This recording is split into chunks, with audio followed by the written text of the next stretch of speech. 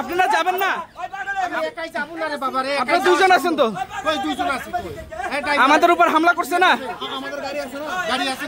তাহলে লোক ডাকে না, চলেন। গায়ে হাত দিচ্ছেন কেন? গায়ে হাত দিচ্ছেন কেন? গায়ে হাত দিচ্ছেন কেন? গায়ে হাত দিচ্ছেন কেন? সাংবাদিকের গায়ে হাত দিচ্ছেন কেন? সাংবাদিকের গায়ে হাত দিচ্ছেন কেন? সাংবাদিকের গায়ে হাত দিচ্ছেন কেন?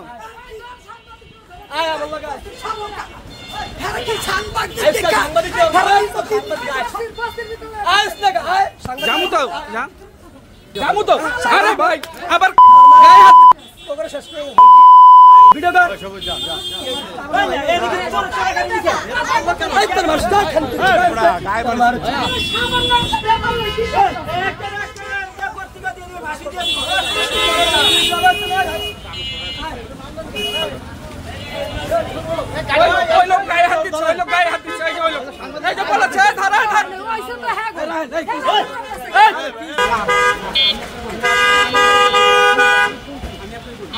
আমি শুনছি ভাই, আপনি আমার কাছে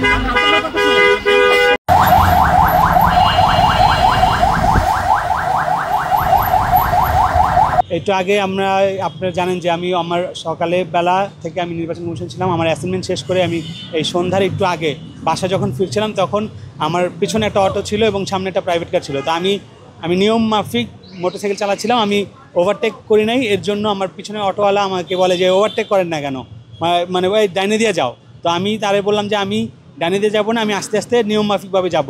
তখন উনি আমার গাড়িতে একটা ধাক্কা দেয়, ধাক্কা দেওয়ার পরে একটা বকা দেয় এবং বলে যে খুঁতখুত করে গাড়ি চালাও। তো পরে আমি যেটা হইলো, আমি বললাম যে কীভাবে ভাই গাড়িতে ধাক্কা দিলেন কেন, বকা দিলেন কেন? ও যখন কুতকুত করে বলছে তখন একটা বকাও দিছে, বাজে বকা দিছে। তারপরে আমি যখন বললাম যে বকা দিলেন কেন, ধাক্কা দিলেন কেন, পরে বলে যে মানে আবার একটা বকা দিল, বললো যে তুই গাড়ি চাপা। পরে আমি গাড়ি চাপাইলাম, গাড়ি চাপানোর পরে সে কী করলো, আমার একটা ঘুষা মাইরা সে তার গাড়ির উপরে উঠায় আমার ছেঁচড়া সামনের দিকে নিয়ে যেতেছিল। এমন সময় ওইখানে যারা ছিল, তারা ঘটনা প্রত্যক্ষদর্শী যারা ছিল, এদের মধ্যে একজন দৌড়ে গিয়ে আমার সেভ করে। তো উনি যখন সেভ করতেছিল তখন আবার যেটা হয় যে ওনার উপরেও হামলা করে এবং আমার চেয়ে বেশি ওই পথচারীদের বেশি আহত করে। তো আমার এই যে এইখানে ছিলে ফেলছে, পার দিছে তার গাড়ির চাবি দিয়ে এবং এই পেছনে এই বুকের মধ্যেও দিছে এবং মুখের মধ্যে ঘুষা দিছে, যেগুলো হয়তো দেখা যাচ্ছে না, কিন্তু ঘুষা দিছে। আমার এখন এখানটা ব্যথা করতেছে।